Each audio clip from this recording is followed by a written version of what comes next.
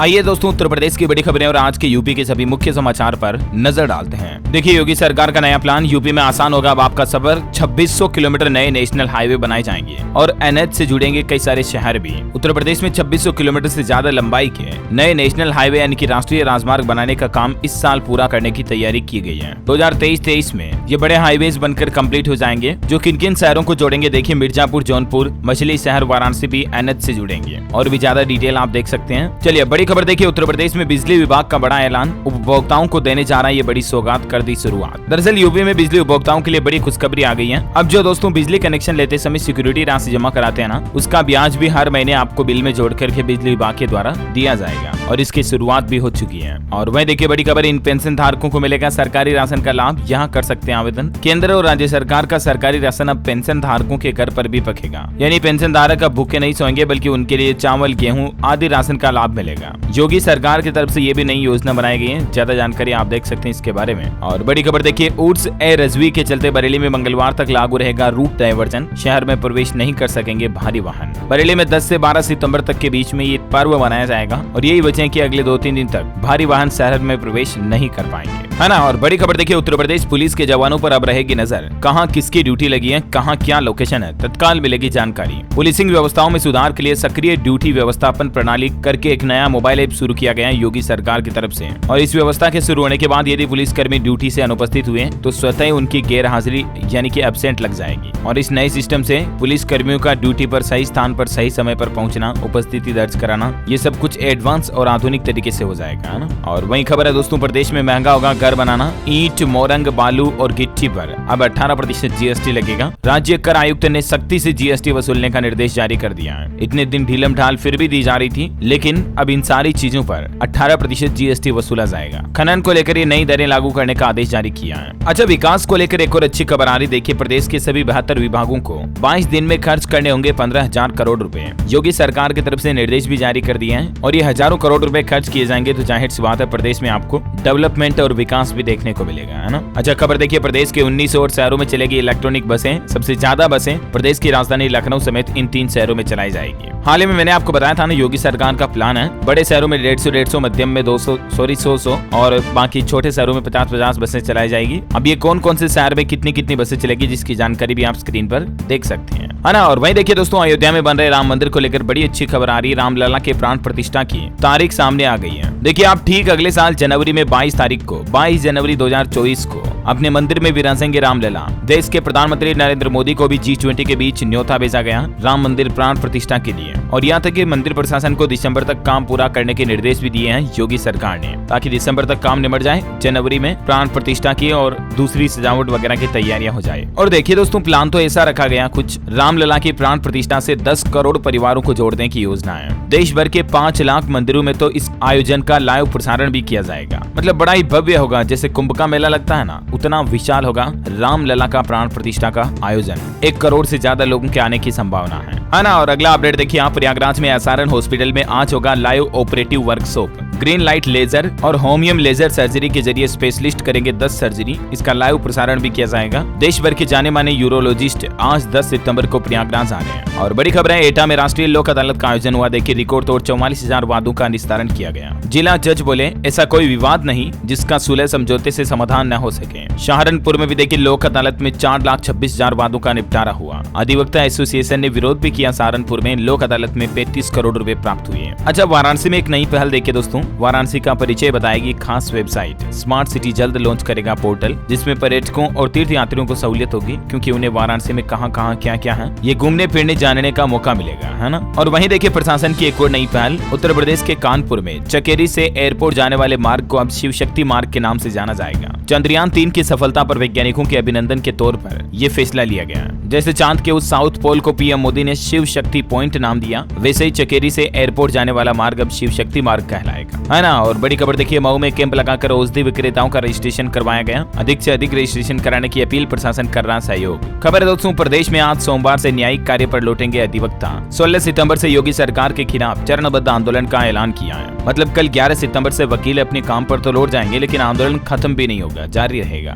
High court जज की अध्यक्षता में विशेष समिति भी गठित की गई इनके मामले को लेकर। अच्छा खबर है, मुख्यमंत्री योगी आदित्यनाथ ने शहीद कैप्टन विक्रम बत्रा को याद किया, जो कारगिल युद्ध में शहीद हुए थे। उन्हें याद किया, उन्हें श्रद्धांजलि दी, उनके योगदान को सराहा। परम वीर चक्र से भी सम्मानित थे कैप्टन विक्रम बत्रा, वाकई में सैल्यूट है। और खबर है दोस्तों, सीएम योगी के ड्रीम प्रोजेक्ट मंदिर संग्रहालय ने पकड़ी रफ्तार। सरयू किनारे 25 एकड़ में बनेगा भव्य म्यूजियम। अयोध्या में जो हाल ही में आपको बताऊंगा टेम्पल म्यूजियम बनाने का फैसला किया था, तो इसका काम भी शुरू हो चुका है, मतलब यूं समझिए। अच्छा बिहार की तरह देखिए आप, उत्तर प्रदेश में भी जातिगत जनगणना की मांग की जा रही है। सुभाषिनी अली बोली कि यूपी में ये जरूरी प्रक्रिया है, कब होगी पूरी। बड़ी खबर है, महाकुंभ 2025 तक चालू हो जाएगा गंगा एक्सप्रेसवे। योगी के मंत्री नंद गोपाल गुप्ता नंदी ने दावा किया कि गंगा एक्सप्रेसवे का निर्माण कार्य जोरों शोरों पर चल रहा है और जल्द ही कंप्लीट हो जाएगा, है ना। और अगली बड़ी खबर देखिए, हजारों ग्रेजुएट को ट्रेनिंग के साथ साथ रोजगार की भी राह दिखाएगी योगी सरकार। ये नया प्लान बनाया जा रहा है। जी हाँ दोस्तों, उत्तर प्रदेश में मुख्यमंत्री योगी आदित्यनाथ की सरकार ने युवाओं को प्रशिक्षण प्रदान करने के लिए बड़ा कदम उठाया है। मुख्यमंत्री शिक्षुता प्रोत्साहन योजना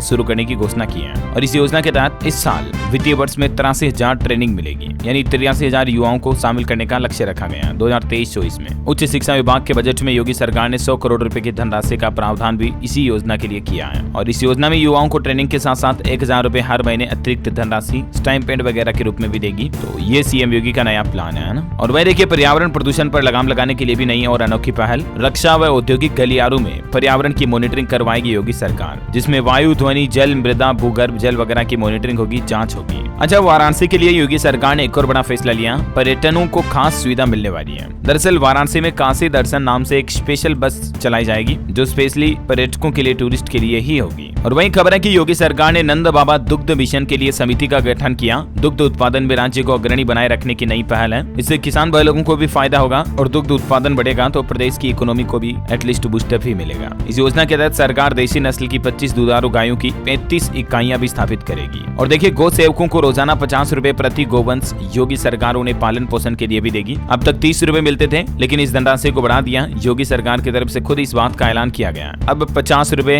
हर रोज, यानी कि महीने के लगभग 1500 रुपए गायों को पालने के लिए देगी योगी सरकार किसान भाई लोगों को खुद। और बड़ी खबर है, योगी सरकार ने दिए डिजिटल क्रॉप सर्वे में तेजी लाने के निर्देश। प्रदेश के 21 जिलों के समस्त गाँवों में समय के अंदर डिजिटल क्रॉप सर्वे पूर्ण करने का आदेश जारी हो चुका है। और वहीं मुख्यमंत्री योगी आदित्यनाथ ने भी दिल्ली का दौरा किया। राष्ट्रपति भवन में G20 डिनर कार्यक्रम में शामिल होने के लिए पहुंचे। G20 सम्मेलन के बाद मॉरिशस के प्रधानमंत्री प्रविंद कुमार वाराणसी भी आएंगे। उनका ये भी प्लान बनाया जा रहा। 11 सितंबर को प्रवीण कुमार 2 दिन वाराणसी दौरे पर पहुंचेंगे। इस दौरान वो काशी में विश्वनाथ मंदिर में गंगा आरती वगैरह का दीदार भी करेंगे, दर्शन करेंगे। अच्छा खबर है दोस्तों, फिरोजाबाद के टुंडला रेलवे स्टेशन से गुजरने वाली गरीब रथ एक्सप्रेस समेत 7 ट्रेनें 2 दिन के लिए और रद्द कर दी गई हैं। कई ट्रेनों के मार्ग भी बदले गए हैं। झांसी रूट पर भी लगभग 12 से ज्यादा ट्रेनें निरस्त हैं। वजह कुल मिलाकर के यही है, G20 जो चल रहा है अभी, इसी के चलते है ना। तो रेल यात्रियों की मुश्किलें बढ़ेगी। 13 ट्रेनें 12 सितंबर तक रद्द रहेगी। कई अलग अलग रूट से चलने वाली ट्रेनों की जानकारी भी आप देख सकते हैं, है ना। और खबर देखिए आप, पीएम मोदी वाराणसी से करेंगे अटल स्कूलों का शुभारंभ। मुख्यमंत्री योगी आदित्यनाथ भी मौजूद रहेंगे। प्रधानमंत्री नरेंद्र मोदी अपने संसदीय क्षेत्र वाराणसी का दौरा कर सकते हैं जल्दी, ऐसी रिपोर्ट्स हैं। 23 सितंबर को पीएम मोदी का वाराणसी दौरा भी हो सकता है, क्योंकि प्रधानमंत्री के द्वारा ही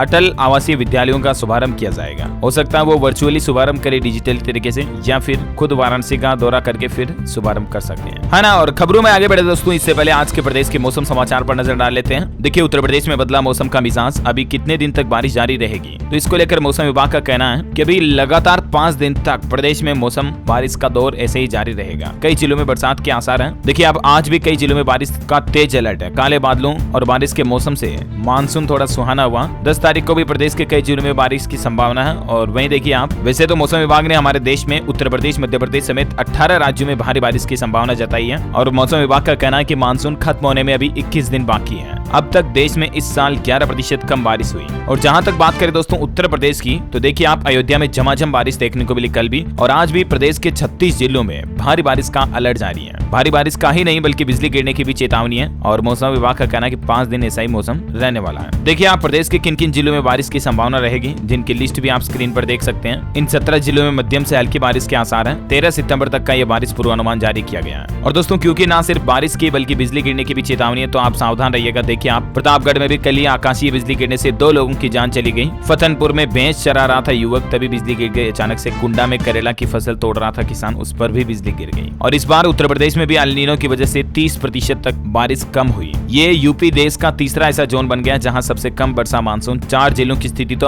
आपातजनक कह सकते हैं आप, चिंताजनक है काफी, क्योंकि सूखे से परेशान है किसान भाई लोग। वाराणसी में भी देखिए आप 2 घंटे की जोरदार बारिश देखने को मिली। 15 किलोमीटर की रफ्तार से हवाएं चली, मौसम कूल हुआ। 24 सेंटीमीटर गंगा नदी के जल स्तर में भी गिरावट आई। 7 साल में सबसे कम इस बार बरसे बादल। वाराणसी में 910 mm ही बारिश हुई। और इस बारिश के मौसम के बीच डेंगू का कहर काफी ज्यादा बढ़ा हुआ, आपको पता ही, मैं आए दिन आपको अपडेट बता ही रहा हूँ। अलीगढ़ में देखिए अब मिले 7 और डेंगू मरीज। बीमारी की बढ़ती रफ्तार पर स्वास्थ्य महकमा हुआ चिंतित। यूपी के इस और बड़े शहर में तेजी से फैल रहा डेंगू बुखार। महिला की मौत, अब तक 122 डेंगू पॉजिटिव सामने आए और वो शहर है मुरादाबाद शहर। वहीं यूपी में लेप्टोस्पायरोसिस ने भी पैर पसारे। बारिश के बाद ये बेहद खतरनाक हो जाता है। इसके लक्षण और बचाव के उपाय क्या हैं, ये भी देख लीजिए जरा। लेप्टोस्पायरोसिस वैसे तो एक बैक्टीरियल इन्फेक्शन है जो इंसानों और जानवर दोनों को संक्रमित कर सकता है और कई मरीजों में खास बात यह कि इसके कोई लक्षण नजर नहीं आते हैं। इसका समय पर इलाज नहीं हो तो मरीज में किडनी डैमेज, लीवर फेल, सांस संबंधी समस्या और यहाँ तक कि मौत होने की भी संभावना रहती है। तेज बुखार से ग्रसित कई बच्चों की जांच में लेप्टोस्पायरोसिस की पुष्टि हुई है प्रदेश के कई जगहों पर। इसलिए आप अपने बच्चों को लेकर सावधान रहें, कुछ भी लक्षणों को नजरअंदाज ना करें। खास करके तेज बुखार, सिर दर्द, ठंड लगना, मांसपेशियों में दर्द, उल्टी होना, जॉन्डिस, लाल आंखें, पेट में दर्द, ये लक्षण दिखे तो तुरंत डॉक्टर से संपर्क करें, ठीक है ना। और अगली बड़ी खबर देखिए आप, आगरा में मधुमेह रोगियों को 2000 रुपए की कीमत का इंसुलिन मिलेगा मुफ्त है। एसएन में ये नई सुविधा शुरू हुई है। एसएन मेडिकल कॉलेज में टाइप 1 रोगियों के लिए ये फैसिलिटी फ्री देने की घोषणा की गई है। मुरादाबाद में देखिए आप, डेंगू से 3 साल के एक बच्चे और बुखार से एक छात्रा की जान चली गई। 22 दिन में 9 लोगों की हुई मौत। और एक बड़ी चौंकाने वाली रिपोर्ट सामने आ रही दोस्तों की स्वस्थ पैसे की बीमार तस्वीर। मुफ्त इलाज, जांच, दवा में भी गरीबों का खून चूस रहे दलाल बीच में। मतलब देखिए सरकार की योजनाओं का फायदा भी गरीबों तक पहुंचने नहीं दे रहे, बिचौलिए बीच में लोगों से कमीशन ले रहे हैं। वाराणसी में 11 सितंबर से शुरू होगा मिशन इंद्रधनुष। टीकाकरण से छूटे बच्चों और गर्भवती महिलाओं को लगाया जाएगा टीका। और यूपी में लंपी वायरस से बचाव के लिए भी स्थगित रहेगा पशु मेलों का आयोजन। ये फैसला लिया गया। अभी इस साल प्रदेश में कोई भी पशु मेले का आयोजन नहीं होगा क्योंकि लंपी वायरस एक बार फिर से फैलने लगा गायों वगैरह में। और वही खबर है कि यूपी में संचारी रोगों से निपटने के लिए निकायों में रैपिड रेस्पॉन्स टीम का गठन किया गया, मंत्री ए.के. शर्मा के निर्देश पर। बड़ी खबर देखिए, उत्तर प्रदेश के हर अस्पताल में नियुक्त होंगे नोडल ऑफिसर, जो कि संचारी रोगों की समीक्षा बैठक में सीएम योगी आदित्यनाथ के फैसले के अनुसार अधिकारियों को ये निर्देश भी जारी कर दिए हैं। सभी अस्पताल और सीएचसी पर इनकी तैनाती जरूरी होगी। मुख्यमंत्री योगी आदित्यनाथ ने कहा कि पिछले 4 दशकों तक कहर बनी रही बीमारियों पर पिछले 5 सालों में हमने नियंत्रण पा लिया है। इस साल चिकनगुनिया और मलेरिया से एक भी मौत नहीं हुई अभी तक। और अब सरकार का प्लान है डेंगू और दूसरे रोगों पर भी नियंत्रण किया जाए। डेंगू के बढ़ते मामलों पर भी मुख्यमंत्री योगी आदित्यनाथ ने गंभीर चिंता जताते हुए लोगों से बचाव के इंतजाम अपनाने का सुझाव दिया और कहा कि स्वास्थ्य विभाग के कमिश्नर हरकत में आए। गोरखपुर में बोले सीएम योगी, डेंगू पर नियंत्रण में न हो लापरवाही, प्रभावी कदम उठाए जाएं वरना फिर अधिकारियों की गाज गजने वाली है। और लंपी वायरस से बचाव के लिए भी गायों में टीकाकरण के लिए अभियान को और तेज किया जाएगा। एक्शन मोड में आई योगी सरकार। लंपी का अलीगढ़ में एक भी मामला नहीं है, फिर भी रोकथाम के लिए 22 टीमें बनाई गई है ना। और चलिए दोस्तों, प्रदेश में कुछ एजुकेशनल खबरें देख लेते हैं। यूपी में नर्सिंग स्टाफ के पदों पर निकली 2240 वैकेंसी। ऑनलाइन आवेदन की प्रक्रिया 4 अक्टूबर तक चलेगी। इस पोर्टल के जरिए आप ऑनलाइन आवेदन कर सकते हैं। और सीबीएसई स्कूलों की सुरक्षा के लिए निर्देश हुए जारी। बोर्ड के विद्यालयों को रखना होगा ये बात का ध्यान, जिसकी डिटेल भी आप स्क्रीन पर देख सकते हैं। वहीं यूपी पॉलिटेक्निक छात्रों के लिए विशेष काउंसलिंग राउंड का आयोजन होगा। 11 सितंबर से चॉइस फिलिंग वगैरह का ऑप्शन भी मिलेगा। बड़ी खबर है, उत्तर प्रदेश में लागू होगी राष्ट्रीय शिक्षुता प्रशिक्षण योजना, जिसमें 83,000 युवाओं को प्रशिक्षण दिया जाएगा। योगी सरकार की तरफ से मैंने आपको बताया जो प्लान उसी तरह है ना। वहीं राजकीय एडेड कॉलेजों में 1500 तक छात्र देंगे बोर्ड परीक्षा। ये भी फरवरी 2024 के लिए नया नियम लागू किया है योगी सरकार ने। यूपी बोर्ड परीक्षा केंद्र के लिए मानक भी बने। पहले राजकीय और एडेड विद्यालयों को मिलेगी प्राथमिकता, उसके बाद दूसरे विद्यालयों को जोड़ा जाएगा। और वहीं खबर देखिए, सिद्धार्थनगर में एसएसबी ने लगाया निःशुल्क चिकित्सा शिविर। 104 लोगों का जांचा गया, स्वास्थ्य परीक्षण, वितरित की गई दवा भी। एक बड़ी चौंकाने वाली रिपोर्ट सामने आ रही है कि चूहे से फैलती है बीमारी, कोरोना से भी खतरनाक है लेप्टोस्पायरोसिस। मैंने आपको बताया ना बच्चों वगैरह में काफी ज्यादा फैल रही है, तो सावधान रहें, तुरंत डॉक्टर को चेकअप करवाएं। वहीं डेंगू के डंक से परेशान लोग। एटा में 2 पॉजिटिव मिलने के साथ ही मरीजों की संख्या 18 पहुंची। बुखार से एक बालिका की मौत भी हो गई। अमरोहा में बुखार से 24 घंटों में 3 लोगों की जान गई। ग्रामीण इलाकों में तेजी से फैल रही जानलेवा बीमारी। बड़ी खबर देखिए, रेलवे स्टेशन पर भूखे पेट गुजारी रात, अब बेटे को मिला श्रीलंकाई गेंदबाज की बायोपिक 800 में लीड रोल। दरअसल ये आगरा का रहने वाला एक ऐसा परिवार है जिसने कभी 2 वक्त की रोटियों को लेकर भी जूझता हुआ समय बिताया था और अब इसी परिवार के बेटा मधुर क्रिकेट जगत के जाने माने श्रीलंकाई खिलाड़ी मुथैया मुरलीधरन के किरदार में नजर आए। फिल्म में इन्हें अहम रोल मिला है। और खेल समाचार पर खबर देखिए दोस्तों, यूपी T20 में मेरठ ने 7 विकेट से कांसी को हराया। बारिश के कारण दूसरा मुकाबला कानपुर सुपरस्टार व लखनऊ फाल्कन्स के बीच रद्द हुआ। और वैसे आप उत्तर प्रदेश में कौन से जिले में रहते हैं, आपके जिले का नाम कमेंट में लिखिए और इस वीडियो को लाइक और शेयर करना, डेली यूपी न्यूज चैनल को सब्सक्राइब करके बेल आइकन जरूर दबा देना ऐसे ही काम की खबरों से अपडेट रहने के लिए। जय हिंद, जय भारत।